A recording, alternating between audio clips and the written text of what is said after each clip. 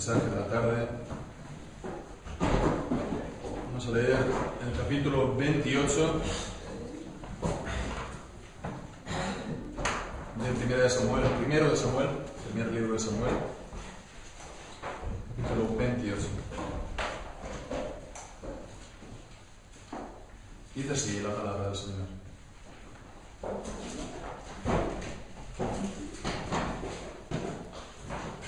Aconteció en aquellos días que los filisteos reunieron sus fuerzas para pelear contra Israel.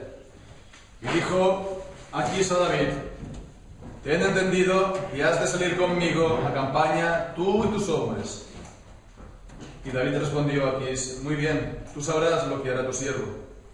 Y Aquis dijo a David: por tanto, yo te constituiré guarda de mi persona durante toda mi vida. Ya Samuel había muerto, y todo Israel lo habían lamentado, y lo habían sepultado en Ramá, su ciudad. Y Saúl había arrojado de la tierra a los encantadores y adivinos.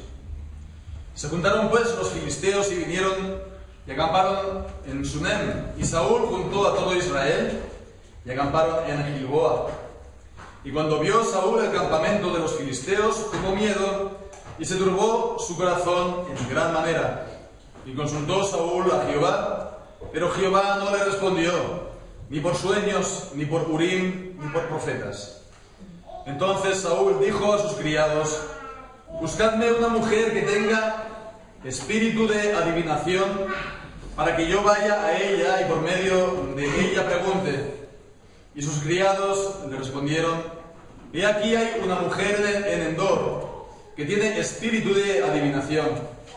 Y se disfrazó Saúl y se puso otros vestidos y se fue con 2 hombres. Y vinieron a aquella mujer de noche y dijo: yo te ruego que me adivines por el espíritu de adivinación y me hagas subir a quien yo te dijere.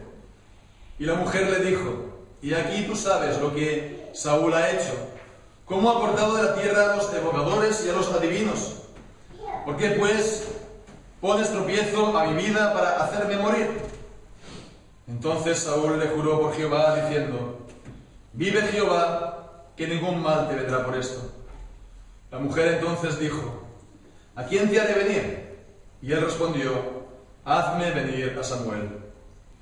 Y viendo la mujer a Samuel, clamó en alta voz, y habló aquella mujer a Saúl, diciendo: ¿por qué me has engañado? Pues tú eres Saúl. Y el rey le dijo: no temas, ¿qué has visto? La mujer respondió a Saúl: he visto dioses que suben de la tierra. Él le dijo: ¿cuál es su forma? Y ella respondió: un hombre anciano viene, cubierto de un manto. Saúl entonces entendió que era Samuel, y humillando el rostro a tierra hizo gran reverencia. Y Samuel dijo a Saúl: ¿por qué me has inquietado haciéndome venir? Y Saúl respondió: estoy muy angustiado por los filisteos, pues los filisteos pelean contra mí, y Dios se ha apartado de mí, y no me responde, ni por medio de los profetas, ni por sueños. Por esto te he llamado para que me declares lo que tengo que hacer. Entonces Samuel dijo: ¿y para qué me preguntas a mí? Si Jehová se ha apartado de ti y es tu enemigo. Jehová te ha hecho como dijo por medio de mí, pues Jehová ha quitado el reino de tu mano y lo ha dado a tu compañero David. Como tú no obedeciste a la voz de Jehová, ni cumpliste el ardor de su ira contra Amalec, por eso Jehová te ha hecho esto hoy. Y Jehová entregará a Israel también contigo en manos de los filisteos, y mañana estaréis conmigo, tú y tus hijos. Y Jehová entregará también al ejército de Israel en manos de los filisteos. Entonces Saúl cayó en tierra, cuán grande era, y tuvo gran temor por las palabras de Samuel, y estaba sin fuerzas, porque en todo aquel día y aquella noche no había comido pan. Entonces la mujer vino a Saúl, y viéndolo turbado en gran manera, le dijo: y aquí que tu sierva ha obedecido tu voz, y ha arriesgado mi vida, y he oído las palabras que tú me has dicho. Te ruego pues que tú también oigas la voz de tu sierva. Pondré yo delante de ti un bocado de pan para que comas, a fin de que cobres fuerzas y sigas tu camino. Y él rehusó diciendo: no comeré. Pero porfiaron con él sus discípulos juntamente y con la mujer, y él les obedeció. Se levantó pues del suelo y se sentó sobre una cama.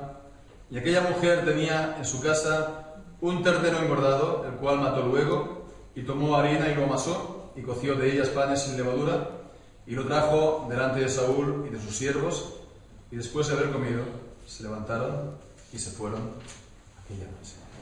Amén. Señor, bendiga su santa palabra.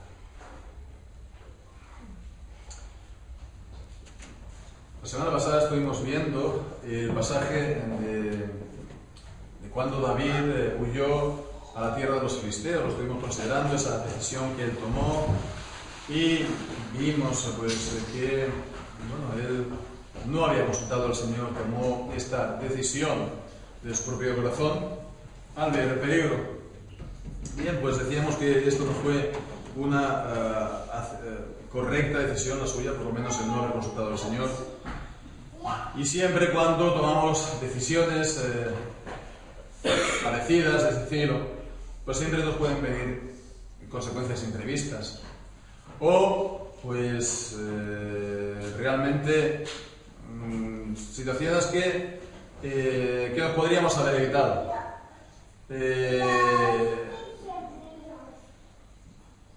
Ciertamente, antes de tomar las decisiones uno no toma en cuenta todas las variables, ¿no? Por eso es bueno hacerlo, es tomarse el tiempo para pensarla, porque siempre pueden tener consecuencias imprevistas. Y aquí pues vemos esto en la vida misma de David, como en los primeros versículos a él pues ahora se le está requiriendo que, ya que tú te has ido, ¿no?, a pasar a vivir con los filisteos, con nosotros, ya que tú dices que vas a pelear contra los amalecitas y los enemigos de nosotros, ¿no?, pues tú ahora también que tú vas a pelear contra Israel, mientras él peleaba contra los enemigos de Israel.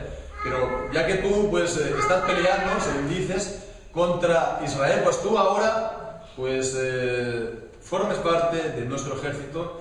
Y vemos que aquí le estaba no solamente proponiendo, sino ordenando, exigiendo a David, el rey de los filisteos, de que él se convierta en su guardia personal. Ciertamente pues esto seguramente no estaba en la perspectiva de David al tomar esa decisión, pero vemos lo que decíamos, ¿no? Al tomar decisiones precipitadas o decisiones sin consultar al Señor, pues siempre pueden traer imprevistos, consecuencias que, si el Señor no los remedia, pues pueden ser muy graves. La cuestión con la vida de David es que, gracias a él, a su fidelidad, a su gracia y misericordia, pues preservó a David de las posibles consecuencias de ellas. Esta una, como veremos también otras que había, ¿no? Pero en todo caso vemos que estos son los primeros dos versículos. El resto del capítulo, vemos, son 25 versículos. El resto del capítulo trata ahora de Saúl. Desde el capítulo 26, David y Saúl, se puede decir así, ya parten completamente sus caminos. Ellos habían estado pues tratándose desde la juventud de David. David había sido su yerno, había sido introducido en la corte. Él había sido también un guerrero, un soldado de Saúl. Hubo todas las diferencias que hemos visto. Hubo que Saúl primeramente lo quiso matar, después lo persiguió arduamente por todo el país. Bueno, pues después de dos momentos en los cuales David perdonó la vida a Saúl, pues sus caminos ya se separaron por completo. Con todo y con eso, la providencia de Dios estaba por encima de ese error de David, y la providencia de Dios lo dispuso seguramente para cortar ya los caminos de uno y otro. Ya había reincidido tantas y tantas veces la obcecación, la obstinación de Saúl había sido tanta que ya, digamos, la separación, la diferencia entre ellos era ya irrevocable. Hemos visto entonces a David, ahora vamos a ver el fin de Saúl. Y vemos aquí el fin de Saúl. Ahora estamos cuando ya justo se fragua, la noche antes. ¿Qué comparación vemos? La noche antes de la última vida, por así decirlo, la última noche con vida de Saúl. Comparemos esto con la noche en la que Jesucristo fue entregado. Sí, ciertamente el Señor Jesús estaba también en angustia y Saúl estaba en angustia, pero Jesucristo estaba en angustia ante la perspectiva de su propia muerte, pero en la obediencia a Dios.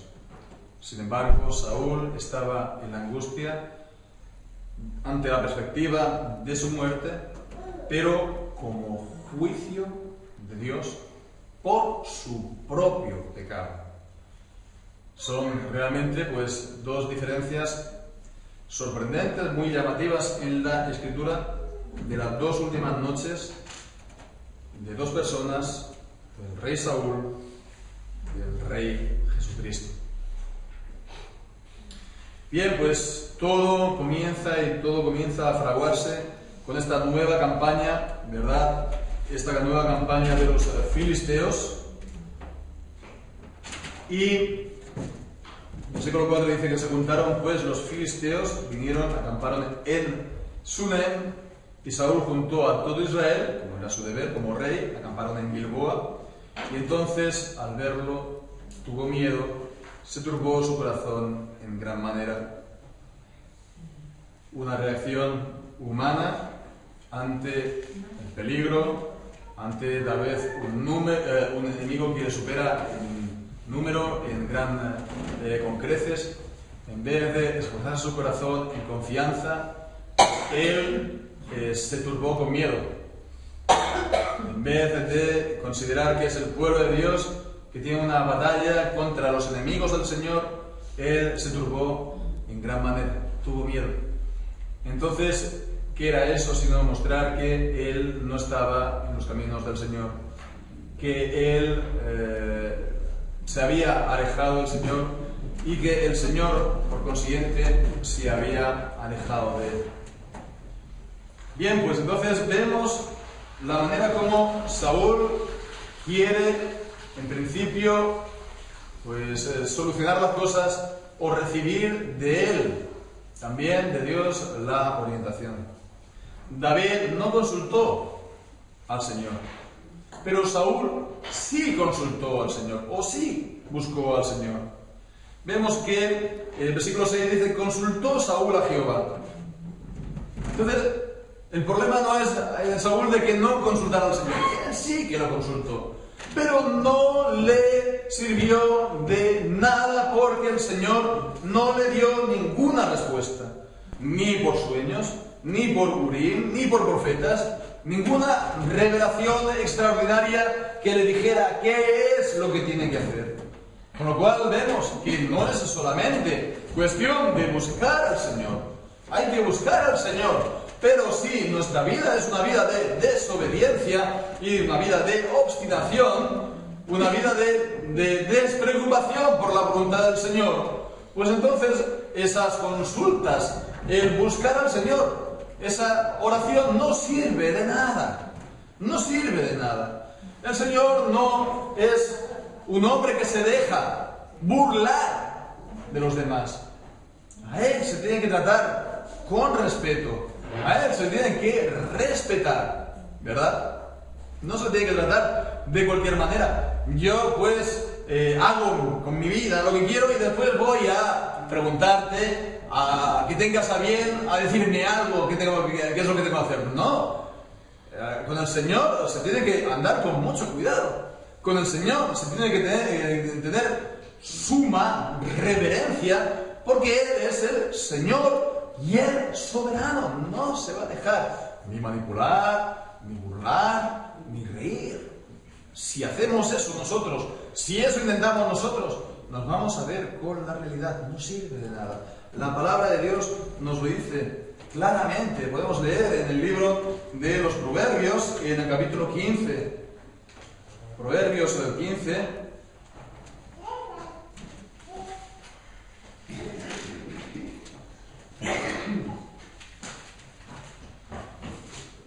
Dice el sacrificio, versículo 8, el sacrificio de los impíos es abominación a Jehová, mas la oración de los rectos es su gozo. O en el versículo 29, Jehová está lejos de los impíos, pero él oye la oración de los justos. Hay más versículos, como el otro versículo que dice que abominación es al Señor la oración de los impíos. Con lo cual vemos que no es cuestión solamente de orar, sino de orarlo en sumisión y en el contexto de una vida en sumisión delante de Dios. Bien, pues entonces Saúl, al encontrarse con este panorama, con este plan, no hay respuesta de Dios. Él persiste, por tanto, por consiguiente, en su miedo, y entonces él quiere buscar una solución.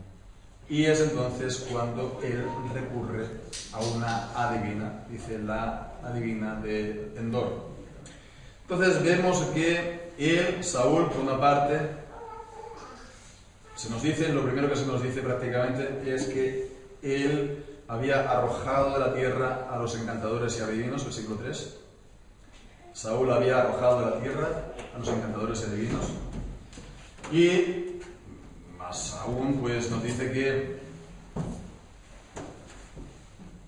más adelante, cuando ya está hablando con ella, pues leemos en el versículo 9, la mujer le dijo: y aquí tú sabes lo que Saúl ha hecho, cómo ha cortado la tierra a los evocadores y los adivinos. ¿Qué significa esto de cortar la tierra?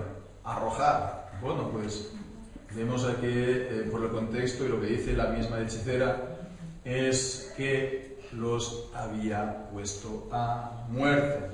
Versículo 9, ¿por qué pues pones tropiezo en mi vida para hacerme morir? Toda aquella que pues recurrieran a artes mágicas, todos aquellas que practicaran la adivinación, practicaran la magia, el espiritismo, etcétera, etcétera, etcétera, consultarán muertos y un largo etcétera, como decimos, pues ellos tenían que ser puestos a muerte. Y aquí el rey Saúl estaba gobernando conforme a la palabra de Dios. Como rey en Israel estaba cumpliendo y haciendo cumplir la palabra de Dios, que no se había cumplido, hemos de suponer, hasta la fecha. La palabra de Dios había establecido que todo hechicero, hechicera, encantador, mago, adivino, tenía que ser cortado de la tierra. Leemos en Éxodo capítulo 22 y versículo 18, lo leímos en la lectura congregacional hace unos domingos. Dice: a la hechicera no dejarás que viva. O en el libro Levítico, en el capítulo 19, versículo 31, y ahí leemos: no os volváis a los encantadores ni a los adivinos, no los consultéis contaminándoos con ellos, yo Jehová vuestro Dios. O en el capítulo 20, versículo 6, y la persona que atendiere a encantadores o adivinos para prostituirse tras ellos, yo pondré mi rostro contra la tal persona y la cortaré de entre su pueblo.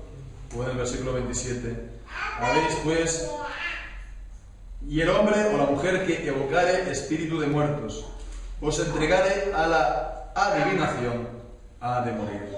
Serán apedreados, su sangre será sobre ellos. En el libro del Deuteronomio hay una prohibición general de consultar, de recurrir pues, a estas artes o a estas prácticas mágicas.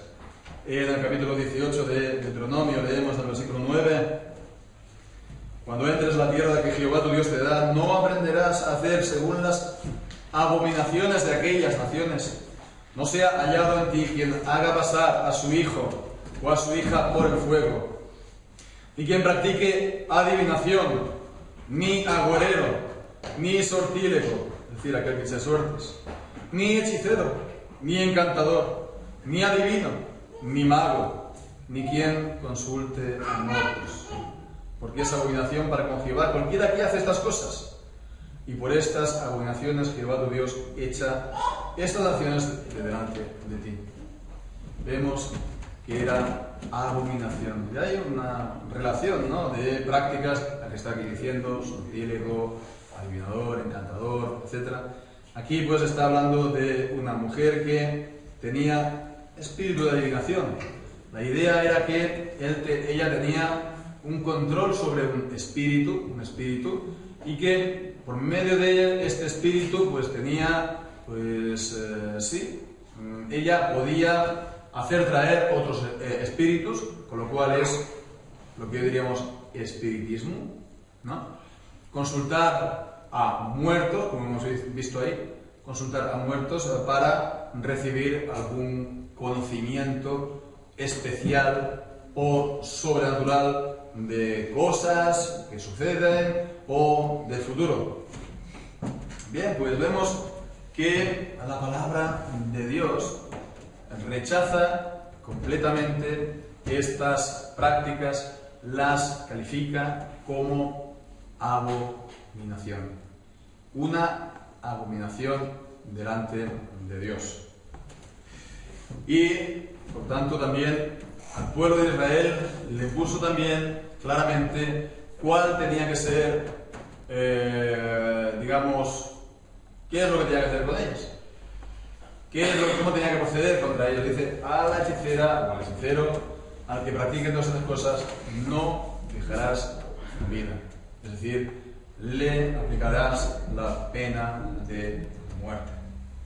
Y esto ha sido pues también una cosa que, a lo largo de la historia se ha ido también pues llevando a la práctica durante siglos. Y bien, pues esto hasta hace relativamente pocos años, si pensamos en términos de siglos. Hasta bien entrada la que conocida como era moderna, pues las brujas y brujos pues recibían un tratamiento parecido. Y hoy en día se rechaza esto como una abominación, ¿no?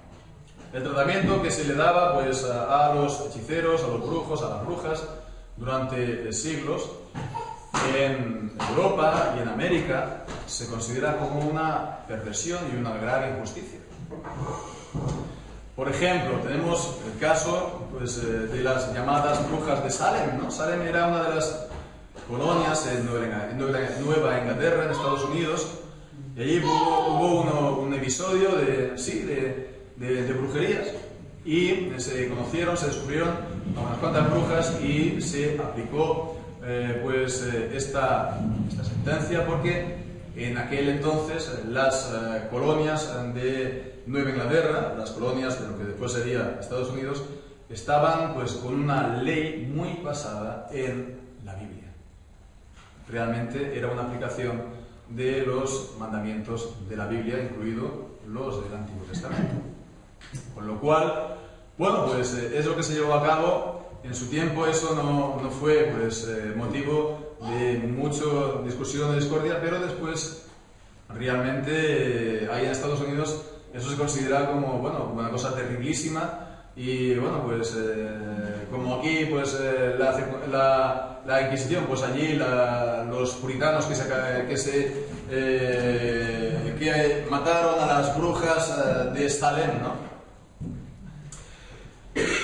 Y se presenta esto como una grave injusticia, como el ejemplo del fanatismo, etcétera, etcétera. Es muy curioso porque, por una parte, Estados Unidos están muy contentos del Mayflower, están muy contentos de los colonos. Por otra parte, pues está este episodio que no encaja muy bien con su visión del mundo actual, con lo cual eso le lleva a rechazar completamente el periodo colonial. Es curioso. El periodo colonial es de Estados Unidos hasta prácticamente su independencia, sobre todo en el siglo XVII, 1600 y pico, que fue el periodo cuando más consistentemente se siguió el cristianismo bíblico en las antiguas colonias. Entonces, bien, vemos que es un caso, ¿no? Como aquí también el caso de Servet, aunque ese era pues un herético, no es lo mismo, pero es también que se ponen a Servet o a las brujas como héroes frente a los fanáticos cristianos que van allá pues a por todas. ¿Qué hemos de pensar acerca de todo esto? Bueno, pues podemos pensar por una parte, pues la gente que lo dice hoy en día, por lo general, no son muy consistentes. No son muy consistentes con la manera que ellos ven las cosas o piensan. ¿Por qué? Pues, por ejemplo, hoy en día viene el médico, ¿no?, al paciente y le pone una inyección letal. ¿Verdad? Le pone una inyección letal y pues el paciente pues se va a morir. A lo mejor su mente pues quiere despertarse, pero su corazón dejará de funcionar. Y decimos que esto es un derecho, ¿verdad? La eutanasia, un derecho. Sin embargo, que lo hagan esto, que venga un funcionario de prisiones con una inyección letal a un criminal que haya violado y matado y asesinado, decimos que es un crimen y una abominación. Y nos quejamos de que se quemen a las brujas, si se las quemaban tal vez. Pero no tenemos ningún problema, por ejemplo, que se practique centenares de miles de abortos aquí en este país al año, no sé, o al cabo de los años, en toda Europa millones, que con los abortos se hagan cosas como vacunas triples víricas, o se conviertan los abortos en cremas de belleza para mujeres. Y eso decimos que es un derecho y un progreso. Es el derecho de la mujer a decidir sobre su propio cuerpo y es un avance. Y después nos escandalizamos con pues esto, ¿verdad? Nos escandalizamos con esto, con mujeres, hombres que realmente estaban en contacto con el diablo. Con el diablo, con fuerzas espirituales que son una realidad y tienen un poder. Y este pasaje nos está mostrando realmente que no son divagaciones, que no son delirios, no eran pobrecitas que eran muy feministas y avanzadas para la época y por eso pues fueron a por ellas, sino aquí está hablando de una mujer que tenía un espíritu, un demonio, y por medio de ese demonio traía a otros espíritus. Realmente vemos, está hablando de una realidad espiritual, una realidad espiritual. Entonces vemos que realmente esto nos está mostrando la realidad del espiritismo y de las prácticas de la magia, del mundo espiritual, del diablo. Todo esto existe en la realidad y no hemos de ponernos en su área de acción ni buscar el hacerlo, ni mucho menos nosotros. Bueno, pues vemos, esto es la cuestión de este pasaje, ¿no? Es un pasaje realmente, en buena medida, un poco hasta enigmático. Nos preguntamos al leerlo, no sé si os habéis preguntado antes, ¿realmente llamó esta señora, por llamarlo así, a Samuel? ¿Samuel realmente vino o fue, pues, a lo mejor un diablo? ¿No? Pues esto es una cuestión que es debatida y hay razones en un sentido, en otro. Tengo que decir que en mi visión en cuanto a este pasaje, a lo largo de los años, ha cambiado. La primera vez que yo enseñé en el mismo, pues hace ya casi 20 años. Y mi idea era, pues, siguiendo comentaristas, como por ejemplo Matthew Henry, pues que realmente Samuel no vino. Samuel no vino porque, bueno, pues a lo mejor esto confirmaría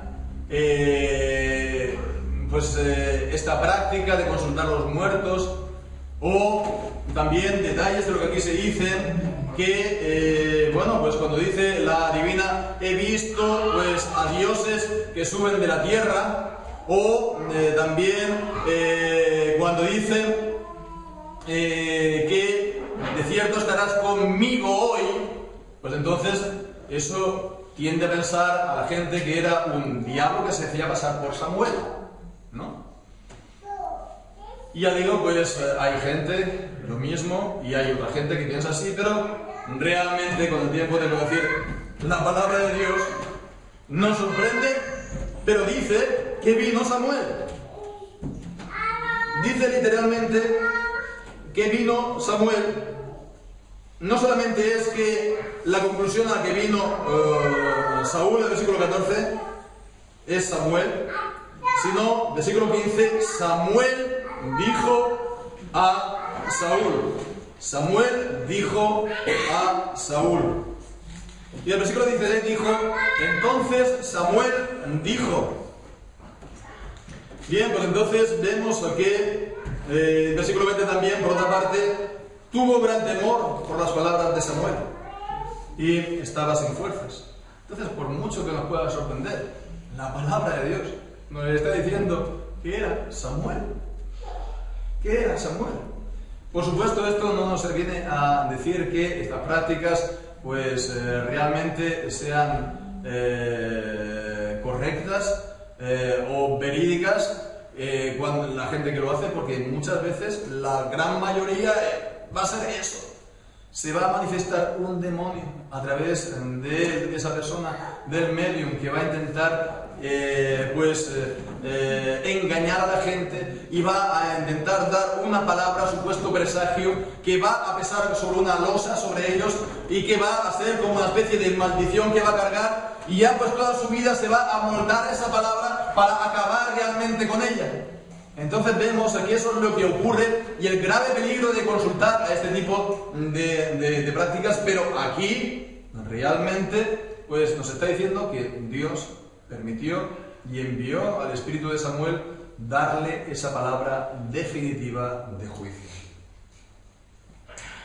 Vemos que Saúl faltó a sus mismas normas. Él cortó a los hechiceros y él consultó a los hechiceros. Vemos la inconsistencia de la obediencia de alguien que realmente no sigue verdaderamente al Señor. Vemos que, como dice Romanos 2, en lo que juzgas a los demás, a ti mismo te condenas, porque tú que juzgas haces lo mismo. Hemos de estar prevenidos, por supuesto, pero vemos sobre todo, en cuanto a este pasaje, no hemos de, en modo de buscar este tipo de conocimientos especiales, ¿verdad? Esta mañana estábamos hablando en Filipenses de conocimiento y discernimiento. Es distinto a esto, conocimientos especiales, sobrenaturales, que nos puedan venir incluso pues por medio de personas que hablen del Señor. Hemos de guardarnos ciertamente, de buscar cosas secretas y ocultas para nosotros. Deuteronomio 29 nos dice que las cosas secretas son para Jehová el Señor, pero las reveladas son para nosotros y nuestros hijos. No hemos de buscar cosas que están en la sola potestad del Padre, sino que hemos de buscar las cosas reveladas. ¿Cuáles son estas cosas reveladas? Las cosas reveladas son su palabra. Y esto es lo que nos decía también aquí en Deuteronomio capítulo 18, cuando estaba pues diciendo Moisés acerca de las costumbres paganas. No consultarás a muertos, no consultarás a adivinos. Pues justamente a continuación dice: profeta de en medio de ti, de tus hermanos como yo, te levantará Jehová tu Dios, a él oiréis. Él, Moisés, dice: profeta levantará el Señor como yo. Y esa profecía se cumplió en Jesucristo, cuando Él pues en el monte de la transfiguración estaba rodeado de Moisés y de Elías, y la voz del cielo pues se oyó y dijo: he aquí mi hijo bien amado, en quien tengo la complacencia, a él oíd. Moisés, que fue el iniciador de la revelación escrita, Jesucristo, que fue la culminación y la conclusión de la revelación escrita, todos los profetas que hubo entre ellos fueron la repetición del tipo de Moisés hasta llegar a Jesucristo. Y tenemos entonces la Escritura, que nos puede hacer sabios para la salvación que es en Cristo Jesús. Tenemos la Escritura, que es suficiente para que nosotros estemos andando en esta vida sin caída y presentarnos delante de Él sin ofensa. Entonces hemos de agarrarnos a esta Escritura, Sagrada Escritura, y rechazar, pues, otras cosas. Rechazar otras cosas. Por supuesto, cualquier práctica que siquiera se le parezca a esto, y bueno, pues también todos aquellos que digan: sí, Escritura, Biblia, pero algo más. No. Escritura es suficiente para nosotros, para guiarnos en esta vida según su voluntad. Pues, hermanos, que así sea. Vemos que el Señor pues confirmó sus juicios por los pecados de Saúl. A todos los pecados que él había hecho añadió el de consultar a esta adivina. Y bueno, pues nos dice que el fin de él pues vino a consecuencia de esto. En el versículo 10, en el capítulo 10 de Primera de Crónicas nos refiere la muerte de Saúl, que lo veremos en los capítulos siguientes. Y dice en el versículo 13: así murió Saúl por su rebelión con que prevaricó contra Jehová, contra la palabra de Jehová, la cual no guardó, porque consultó a una adivina y no consultó a Jehová. Por esta causa lo mató y traspasó el reino a David, hijo de Isaí. En el texto dijo Samuel que fue por ese pecado que vimos en su día cuando perdonó a los amalecitas, lo mejor del ganado y el rey. Y aquí vemos que nos está diciendo que fue porque consultó a una adivina. Bueno, vemos que lo uno confirma lo otro. Lo que aquí estamos viendo es que esto fue ya la causa definitiva de su caída, a sus muchos pecados, a esa rebelión que comenzó con los de Amalek, llegó al final ya a su culminación, a ir incluso a consultar a una adivina, a una espiritista. Entonces, hermanos, guardémonos, como decimos, en la palabra del Señor. Guardémonos, hermanos, en la fe del Señor Jesucristo, en el amor de Dios, en el amor del Señor, y en esas cosas, estando en todas estas cosas, no estamos seguros, no hay nada que temer, estamos libres de toda caída y de todo mal. Pues que dice, hermanos, el Señor bendiga en su santa palabra. Amén.